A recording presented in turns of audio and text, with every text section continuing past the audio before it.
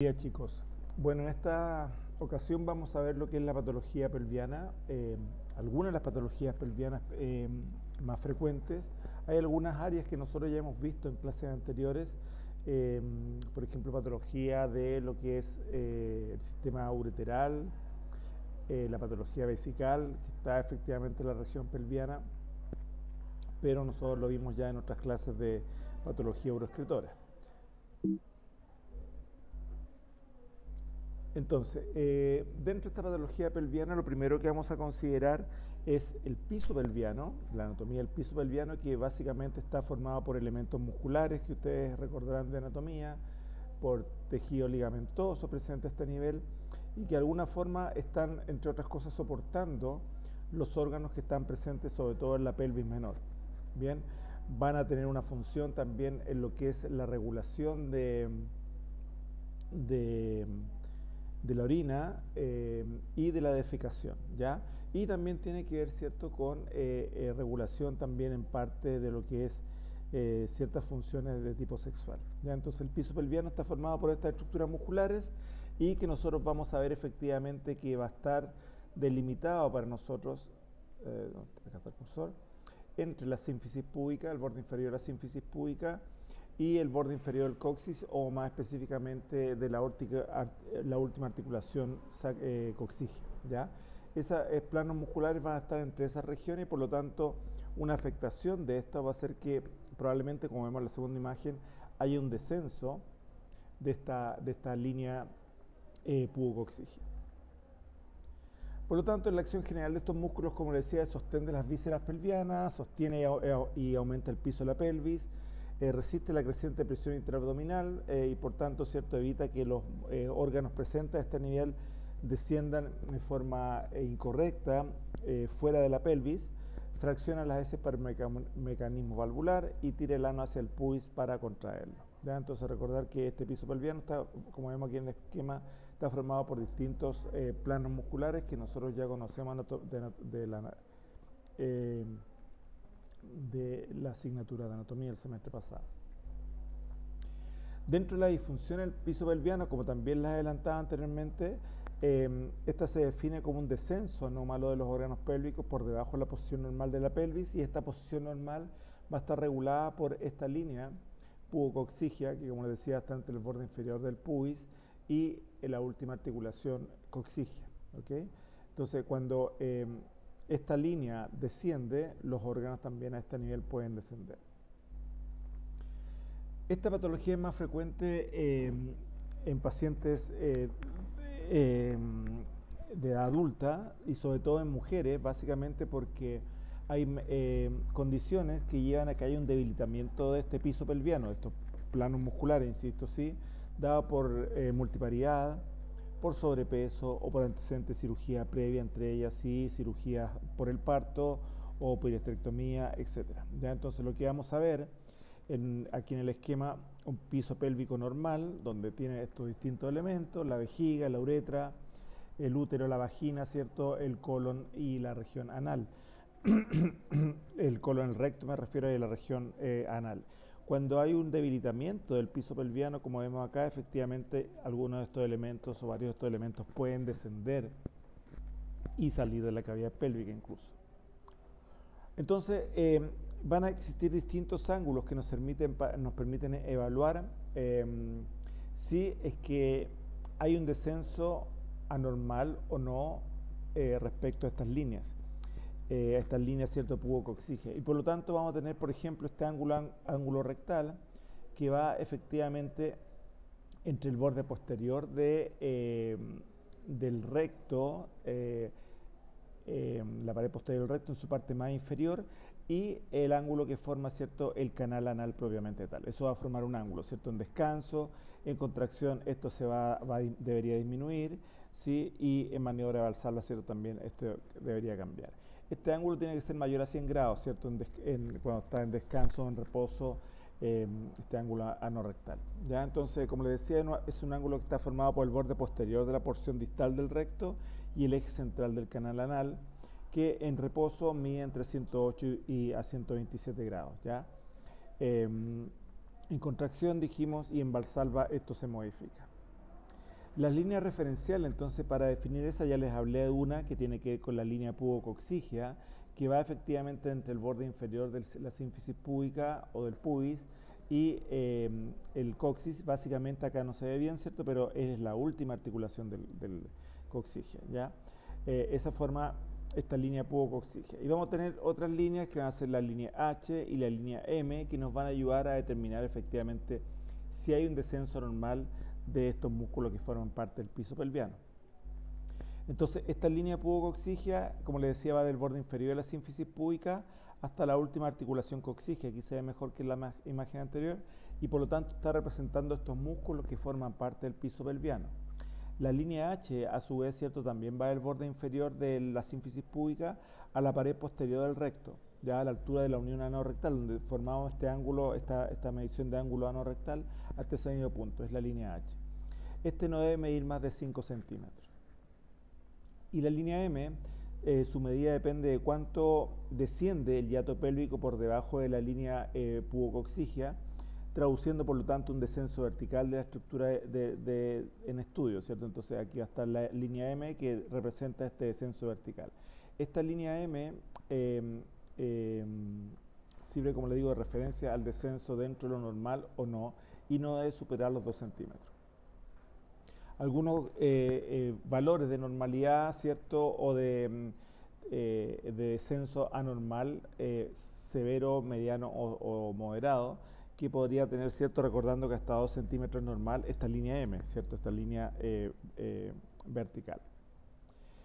Una buena técnica, como se veían en la imagen incluso anterior, ¿cierto?, para mostrar lo que era la línea pubococcígea, la línea M, la línea H, es efectivamente una resonancia magnética, ya que permite evaluar bien todos estos planos musculares, ligamentosos, y verlos tanto en distintas secuencias de relajación, de contracción, de valsalva, ¿cierto?, de pujo, como secuencias dinámicas.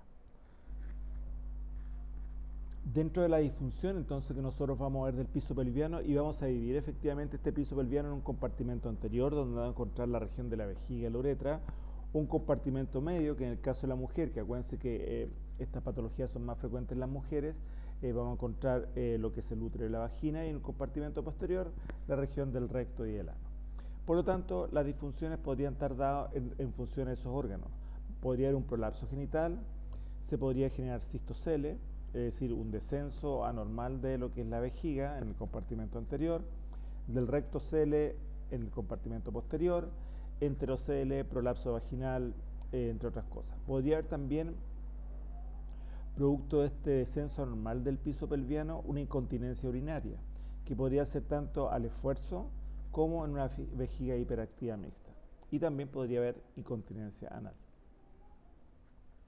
Entonces, la mayoría de las lesiones del piso pelviano, dijimos, se producen en la mujer, sobre todo, ¿cierto?, cuando han experimentado partos vaginales, ¿ya?, donde efectivamente va a haber un debilitamiento de este piso pélvico, de este plano muscular que forman parte del piso pélvico, y por lo tanto podrían haber descenso de algunas de estas estructuras ya nombradas anteriormente. Entonces, dijimos que tenemos un compartimento anterior, medio y posterior. En el compartimento anterior vamos a encontrar obviamente la vejiga, como vemos aquí en imágenes, y la uretra en el esquema. Por lo tanto, se podría generar un cistocele o una hipermovilidad de la uretra, ¿ya?, que es la continuación básicamente de la vejiga hacia distal. Entonces, el cistocele es el descenso de la vejiga del suelo vesical por debajo del borde de la sínfisis púbica, ¿cierto? Si nosotros tenemos nuestra línea, que va en este sentido, ¿cierto?, la línea pubococcígea, bien, vemos que la vejiga, el piso de la vejiga está por encima de ella. Pero al trazar esta línea, en este segundo caso, vemos que la vejiga y el piso de la vejiga está muy descendido, ¿ya? Esto se puede evaluar tanto en reposo como en pujo o en valsalva, ¿sí? Se habla de cistocele cuando el suelo de la vejiga desciende más de 1 centímetro por debajo de la línea pubococcígea. Vamos a tener distintos grados de cistocele, ¿sí? Un grado 1, un grado leve, la vejiga únicamente baja un poco respecto a la vagina que está en el compartimento medio, ¿cierto? Entonces desciende un poco y comprime la vejiga. Un grado 2 moderado es cuando la vejiga se hunde, sigue descendiendo más y se hunde, por lo tanto, en la vagina lo suficiente para alcanzar el orificio de la vagina. Ojo, no está en la vagina, sino que está comprimiendo ese espacio, ¿sí? Y grado 3, grado severo, la vejiga sobresale por el orificio de la vagina, ¿ya? Esos son los grados de afectación en el descenso que hay de la vejiga y donde va a haber un compromiso, que está en el compartimento anterior, y que va a haber un compromiso por compresión del compartimento medio donde está en este caso la vagina.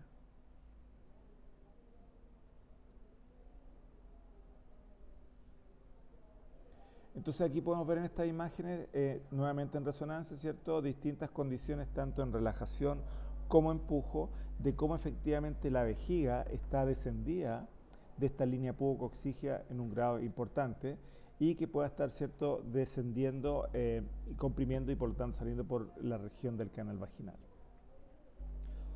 Otra patología asociada a este compartimento anterior, que también está relacionada entonces a un debilitamiento del piso pelviano, va a ser la hipermovilidad uretral, ¿sí? Que como dice acá es una pérdida de la integridad intrínseca del esfínter uretral, que este esfínter de alguna forma regula, por tanto, el proceso de micción, y por lo tanto un aumento de presión abdominal permite la rotación del eje uretral en el plano horizontal y por lo tanto el paciente no va a tener, aparte de una ubicación fija en la uretra, esta se va a desplazar, se va a comprimir, ¿cierto? Y por lo tanto va a haber escape de orina, no va a ser poder controlado por esta uretra, o sea, va a haber problemas en la micción. Entonces aquí podemos ver efectivamente cómo hay, aquí está la sínfisis púbica, aquí está ¿cómo se llama?, el coxis. Trazamos una línea, vemos que la vejiga está en posición, pero vemos que la uretra está descendida, ¿ya? Acá también vemos que la uretra, acá está la línea, ¿cierto?, pubococcígea, vemos que la uretra está descendida. Está descendida, ¿cierto?, acompañada de lo que es la vejiga.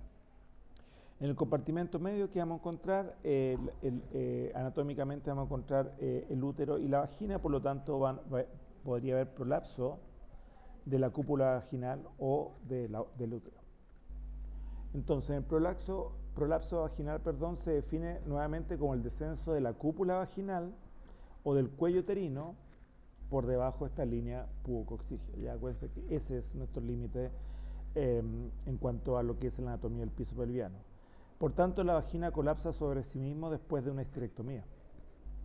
En cambio, en el prolapso uterino vamos a tener obviamente la caída o deslizamiento del cuerpo uterino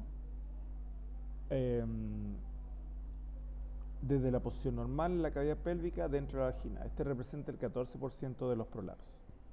La clasificación, ¿cierto?, para este prolapso del útero viene dado por estos grados, ya que son 4 grados. El grado 0 hay ausencia de prolapso. Si ustedes se fijan aquí el esquema, el útero está en posición normal, no hay descenso de este por la vagina.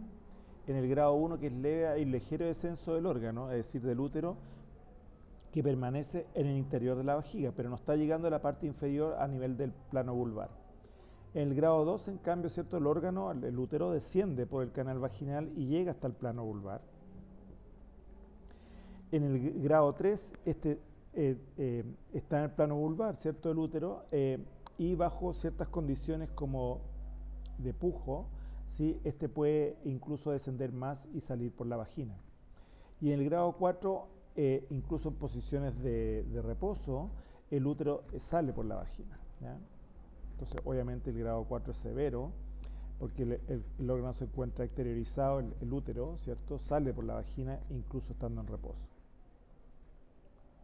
En este caso, nuevamente la resonancia, una vista lateral, sagital, podemos ver cómo el útero está descendido, ¿cierto?, de esta línea pubococcígea. En el segundo caso está mucho más descendido, fíjense, no solamente el cuello, sino que también el cuerpo uterino está descendido entrando en la vagina. Y del compartimento posterior vamos a tener el rectocele, la invaginación recto-rectal, la enterocele y peritoneocele. El rectocele es una condición caracterizada por la protrusión, hay un descenso anormal de la pared del recto debido a esta insuficiente resistencia y por tanto laxitud de la fascia endopélvica por encima del canal anal. Y por lo tanto podemos clasificar este rectocelo en distintos tipos. El tipo 1, como vemos acá en el esquema, ¿cierto?, el recto está se continúa normalmente con el canal anal, no hay un prolapso hacia el canal anal, es decir, no hay un componente fuera de la pelvis, sino que el prolapso se está generando hacia anterior, ¿ya? Pero el canal anal, ¿cierto? Y no hay salida del recto por él. En cambio, en el recto cele tipo 2 hay presencia de prolapso pélvico, es decir, el recto sale por este canal anal, ¿cierto? Desciende y sale hacia el exterior. Entonces, los rectoceles se clasifican en pequeños que miden menos de 2 centímetros, moderados si miden 2 a 4 centímetros y grandes si miden 4 centímetros o más. En el caso del enterocele, es un saco peritoneal que hernia hacia abajo a lo largo de la pared del recto ventral, por la pared anterior del recto, ¿sí? Y hernia, pero siempre dentro del compartimento posterior. Los grados de enterocele también vamos a tener distintos grados. El grado 1, el descenso está llegando hasta la mitad distal de la vagina, porque en fondo está por delante del recto, entonces por delante va a estar la vagina. Colapsa total o parcialmente el lumen rectal, lo colapsa, ¿cierto? Lo comprime, que está por posterior. Grado 2 es como el grado 1, pero que llega hasta el borde del receso perineal. Y el grado 3 sobresale para formar un prolapso rectal también. Entonces aquí vemos efectivamente una lesión, ¿cierto? Un grado 3. La contracción paraojal es una contracción persistente en los músculos del suelo pélvico durante la defecación. Representa un trastorno funcional de los músculos del suelo pélvico que causa una obstrucción en la salida, ¿sí? Así como en el caso anterior podíamos ver que el enterocele que se encontraba anterior a la pared del recto podría comprimir. Acá, ¿cierto? Esta contracción es propiamente del músculo, ¿ya? Del suelo pélvico y que genera una contracción permanente. Por tanto, ¿qué va a ocurrir con eso, cierto? Si nosotros vemos acá, vemos el recto que está lleno de contenido, que se preparó para el estudio. Sin embargo, hay una contracción importante a este nivel que impide que durante el proceso de defecación esto se elimine, ¿ya? Entonces ocurre, como veíamos, este tipo de contracción más persistente. Otro tipo de patología asociado a esta región del piso pelviano es el síndrome del periné descendente. Los músculos pélvicos pierden tono, lo que condiciona el descenso excesivo de la totalidad del suelo pélvico en reposo y durante la evacuación. En el caso del esfínter anal, ya aparte de esta consideración del descenso que puede haber de estructuras de este compartimento posterior, de estos prolapsos, en el esfínter anal propiamente tal, que acuérdense que tenemos un esfínter interno y uno externo, se pueden también generar una serie de condiciones patológicas que son no poco frecuentes, ¿ya? Como abscesos, como fístulas, entre otras cosas. Entonces, el absceso anal es una infección localizada en espacios adyacentes al ano y o recto, se encuentra en espacios superficiales o profundos. Entonces va a depender de la zona que se encuentre. Por ejemplo, acá tenemos un absceso a nivel del compartimento supraelevador, que es probablemente el menos frecuente. En cambio, hay otros que son abscesos aquí, como estamos viendo, perianal, que son los más frecuentes. Ya son abscesos subcutáneos, perianales son los más frecuentes. Abscesos interesfínter y abscesos isquiorrectales. Entonces, como dijimos, este perianal, que está en relación a la grasa subcutánea, que está en relación a ese nivel, esos son los más frecuentes. Acuérdense, un absceso es una infección que se genera, y esto representa el 50-60% de los abscesos a este nivel de la región anal.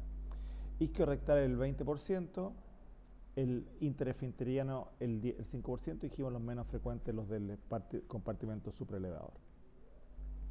Entonces aquí podemos ver en esta imagen en tomografía que está con contraste efectivamente un absceso importante en el espacio perirectal y que se extiende, como vemos acá, acá está el absceso, ¿cierto? El absceso perirectal, y acá tenemos, ¿cierto?, una extensión al espacio isquiorrectal del lado izquierdo. Visto en resonancia magnética, nuevamente, ¿cierto?, vemos el absceso perianal, vemos todo el absceso perianal acá y la extensión hacia la fosa isquiorrectal izquierda, ya nuevamente el absceso y la extensión a la fosa, ¿ya? El absceso acá y perianal y la extensión, ¿ya? Vistas también en resonancia magnética en secuencia T1 con saturación grasa y con gadolínio, podemos ver efectivamente la captación de contraste que hay periférica a la infección por la formación de estas células que ya conocemos que generan este tipo de infecciones. También otra complicación que se podría generar son las fístulas, es una comunicación anormal, una conexión anormal entre la superficie epitelial del canal anal y la piel, ¿ya? Y depende de la ubicación también vamos a tener distintos tipos de fístulas. Una de las más frecuentes va a ser la fístula que se va a encontrar efectivamente entre los esfínteres, entre el esfínter anal interno y el esfínter anal externo. Algunas de las causas por qué se produce esto, ¿ya?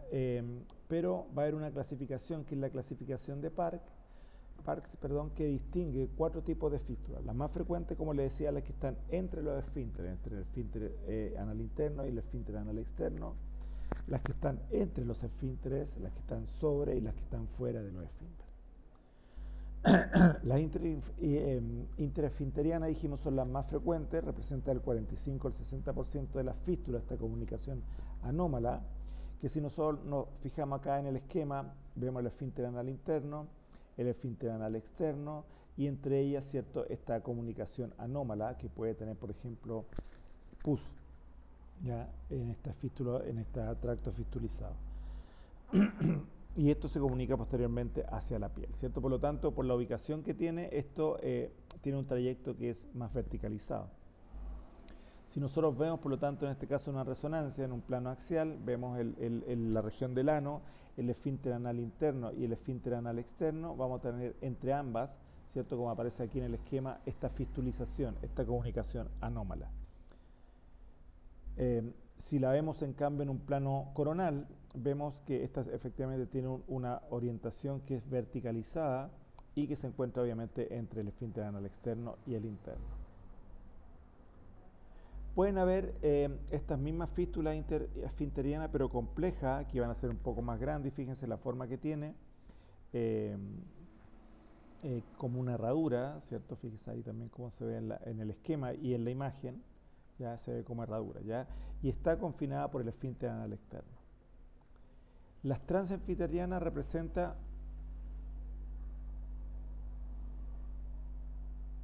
el 30% de las fístulas, y si, como les había dicho anteriormente, esta perfora el anal, el esfínter anal externo, por eso son transesfinterianas. Atraviesan, ¿cierto?, esta comunicación anómala entre esfínter anal interno y externo, sale el externo, ¿cierto? Y compromete, por lo tanto, otros espacios que se encuentran en el sigmomer, como la fosa isquiorrectal o isquioanal. Entonces, la fístula de este tipo va a atravesar, ¿sí?, estas esfínteres, ya, y va a ir a uno de estos otros espacios.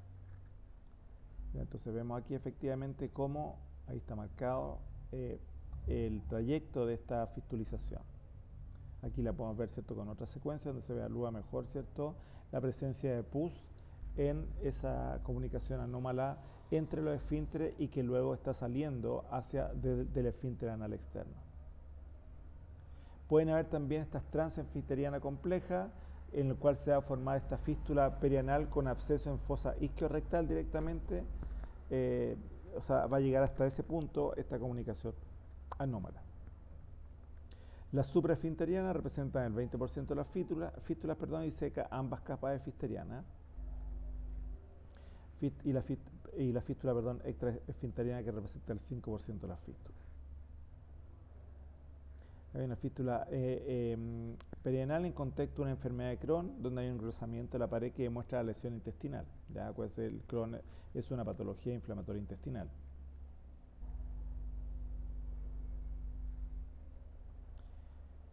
Bien, a nivel de colon, sí, nosotros lo vimos en la clase de gastrointestinal, ¿cierto? Hablamos del cáncer rectal, pero este cáncer rectal también podemos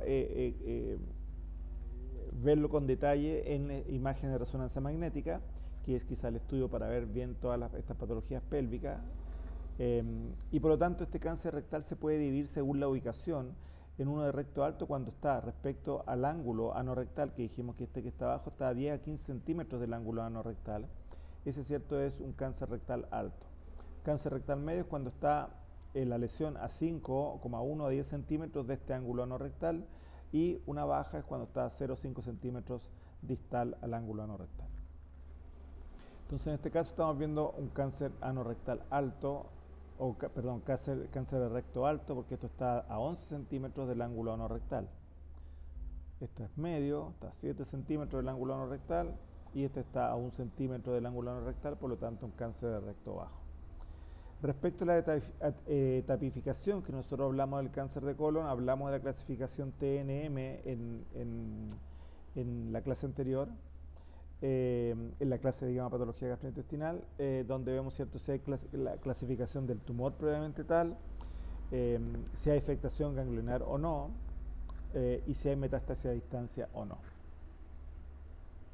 Entonces, distintos tipos de tumores, ya que la clasificación de mucinoso o no mucinoso, como está acá, la hacemos básicamente con estudio histológico, ¿ya? Los distintos estadios de la patología respecto al TNM, en caso del T, estadio T1 y T2 se delimitan, están limitados a la pared del intestino, es decir, no salen de la pared del intestino, ya como vemos aquí en el esquema, pared que acuérdense está formada por estas tres capas. En cambio, un tumor T3 crecen a través de la pared intestinal, ya, y se infiltran en la grasa del mesorrecto, ya, por lo tanto el T3 podría tener cierta infiltración en mayor, y lo mismo el T4, mayor o menor infiltración a este mesorrecto, a esta fascia mesorrectal. Una lesión polipoidea, ¿cierto? Estadio T1, T2, ahí aparecen imágenes. Un T3A es menor a 1 milímetro, más allá de la extensión muscular propia, y así lo vamos clasificando nuestros distintos tipos de T3, ¿cierto?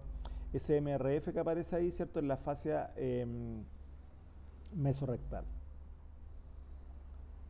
Distintos tipos de tumores, ¿cierto? Aquí no me voy a detener tanto en esto porque son solamente ejemplos para las distintas tipificaciones del tumor de recto. ¿Ya? Y el compromiso, por lo tanto, en este caso compromiso muscular, un tumor parietal de 2 milímetros, por lo tanto sería un estadio T3B, ya según la clasificación que aparecía en láminas anteriores, ¿ya? Aquí hay compromiso de la fascia mesorrectal, por lo tanto es este T3 más MRF.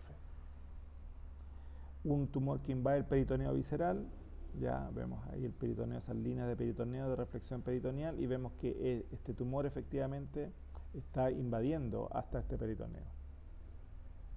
¿Ya? Un T4B invade las estructuras circundantes, tales como la pared pélvica y vagina. ¿Ya? Y así las distintas etapificaciones y ejemplos para este tumor.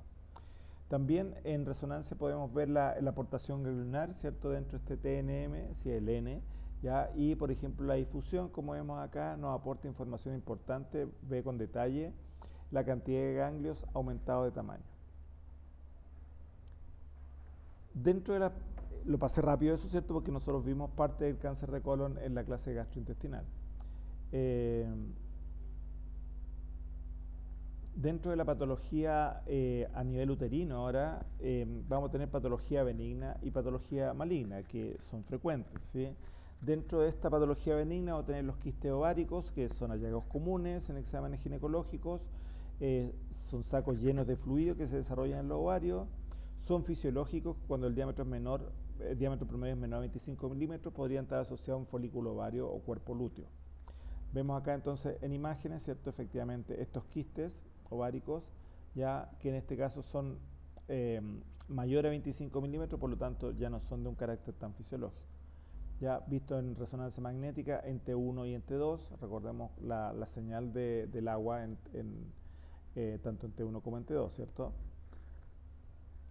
En el caso de un ovario poliquístico es un síndrome de anovulación crónica, donde se presentan 10 o más quistes simples periféricos y que generan, cuando son menores a 5 milímetros, un signo como de cadena de perlas, ¿cierto? Se van a ver como esto que está acá, una cadena de perlas, que después lo vamos a ver más adelante en la imagen.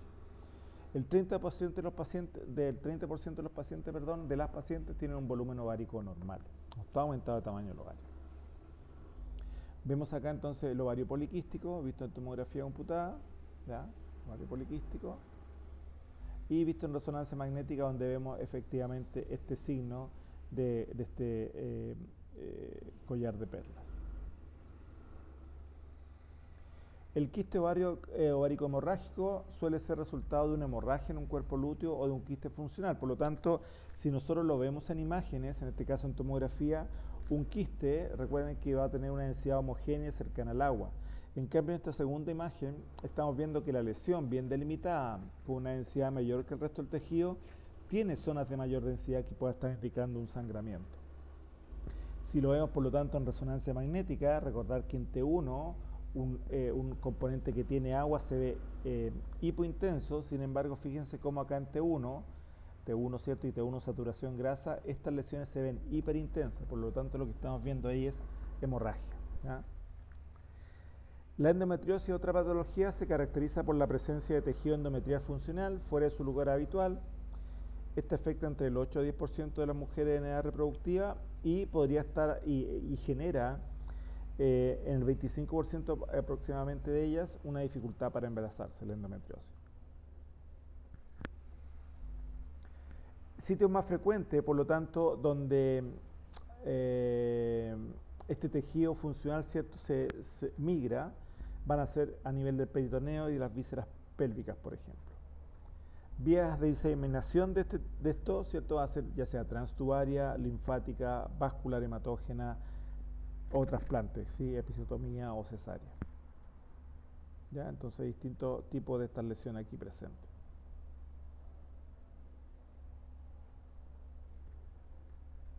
Podrían generar, ¿cierto?, entonces esta migración, esta implantación vesical, por ejemplo, o implantación a nivel ovárica. Mioma uterino son los tumores más frecuentes del aparato genital femenino. Estamos hablando obviamente de lesiones benignas, recuerden, y que se generan por mutaciones celulares y que proliferan, ¿sí?, generando nódulos a nivel del miometrio, ¿ya? Entonces vamos a tener estas lesiones a nivel del músculo, del miometrio, ¿cierto? Y que generan un aumento importante en el tamaño del útero, ¿ya? Pero recuerden que son lesiones benignas, ¿ya? Podrían haber muchas de estas lesiones dentro del músculo y por lo tanto el aumento del tamaño va a ser mayor, ¿cierto?, en el caso de una miomatosis uterina, siendo lesiones benignas, ¿sí? En el caso de las patologías malignas, obviamente la más frecuente va a ser el carcinoma endometrial, que es el cuarto en frecuencia. No se conoce la causa exacta, sí que hay un aumento en los niveles de estrógeno, podrían generar, ¿cierto?, esta afectación a nivel genético, y que esto ayuda a estimular la formación del revestimiento del útero. Entonces, en el carcinoma endometrial, nosotros vamos a tener la clasificación de Figo, que nos dice que en una etapa 0, este carcinoma, esta lesión tumoral, está in situ, ¿cierto? Está en el músculo propiamente tal, ¿ya? Está en esta región del endometrio, ¿sí?, desarrollándose. En el endometrio, no en el miometrio, perdón. En el estadio 1, en la etapa 1, va a estar limitado ahora al cuerpo del útero, no va a salir del cuerpo del útero, y estadio 1A, tumor limitado al endometrio, el 1B, invasión al miometrio, pero en menos de un 50%, decía el músculo que rodea, y el estadio 1C, invasión mayor al 50% del miometrio. En la etapa 2 ya hay afectación no solamente del cuerpo, sino que también del cuello uterino, pero que no se ha extendido, fuera del útero. Entonces, un estadio 2A, complicación glandular endocervical, 2B, invasión estromática cervical, ¿ya? Pero siempre dentro del cuerpo, y el cuello uterino, ¿ya? Pero no más allá de eso. La etapa 3, en cambio, esta se extiende fuera del útero, pero siempre limitada a la pelvis verdadera, ya no sale de ahí, ¿ya? Y vamos a tener una etapa 3A, donde el tumor invade la serosa o anexo de la citología peritoneal positiva. El 3B, metástasis vaginales, todo dentro de la pelvis menor o pelvis verdadera. Y 3C, metástasis a ganglios linfáticos pélvico paraórtico, pero siempre dentro de esta región, como vemos acá, los ganglios linfáticos de la pelvis menor. En la etapa 4 hay una invasión tumoral de la mucosa vesical o intestinal, ya genera metástasis, por tanto. Y el 4B, metástasis a distancia, incluido ganglios linfáticos intraabdominales o inguinales. Entonces acá distintas etapas, ¿cierto?, de este cáncer del endometrio.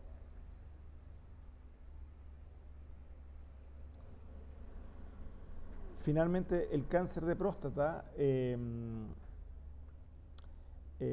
es uno de los tumores más frecuentes, ¿cierto?, en la población masculina, recordemos un poco las regiones con las cuales está formada la próstata, ¿ya?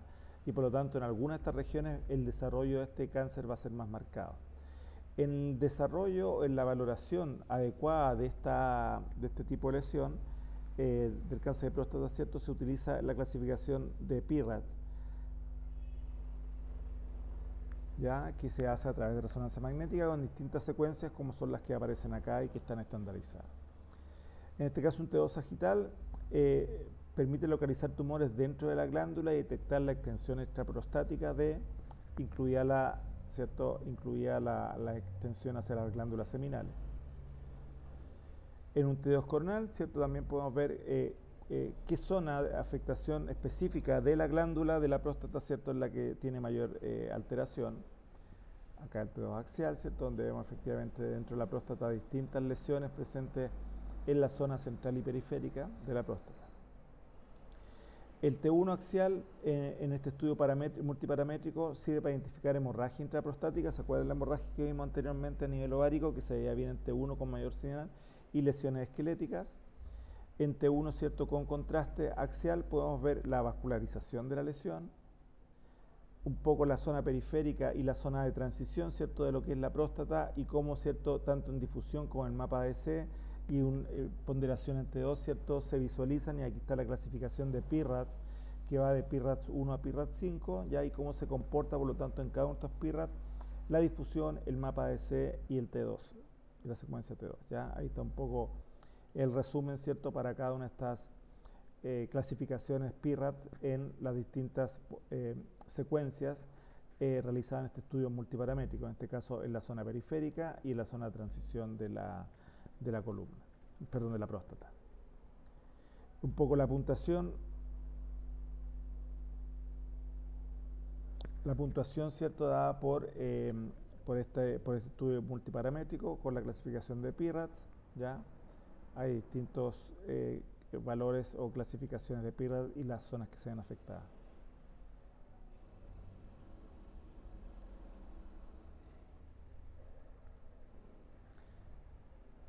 Distintos estadios, ¿cierto? Del cáncer de próstata.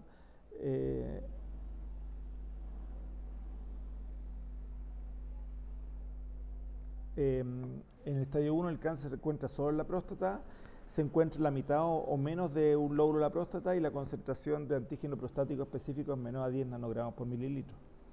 En estadio 2 el cáncer avanza pero no se disemina fuera de la próstata. En el 2A se encuentra en la mitad o menos de un lóbulo de la próstata y la concentración del antígeno prostático específico es de por lo menos 10, pero menos de 20 nanogramos por mililitro. Estadio 2B, la concentración de este antígeno puede ser cualquiera y ya se encuentra en ambos lóbulos de la próstata. El estadio 3 ya se diseminó más allá de la capa externa de la próstata, en uno o ambos lados, se extiende por tanto a las vesículas seminales por vecindad, y también la concentración del antígeno prostático puede ser cualquiera. El estadio 4, la concentración del AP también puede ser cualquiera y se diseminó más allá de las vesículas seminales hasta el recto, la vejiga o la pared pelviana. ¿Ya? Entonces son un poco la etapificación que se da al cáncer de colon. ¿Ya? Distintos ejemplos también para los distintos estadios del cáncer de próstata. Otra patología de próstata es la hiperplasia prostática. La glándula prostática tiende a crecer con la edad y a partir de los 40 o 45 años la próstata empieza a crecer.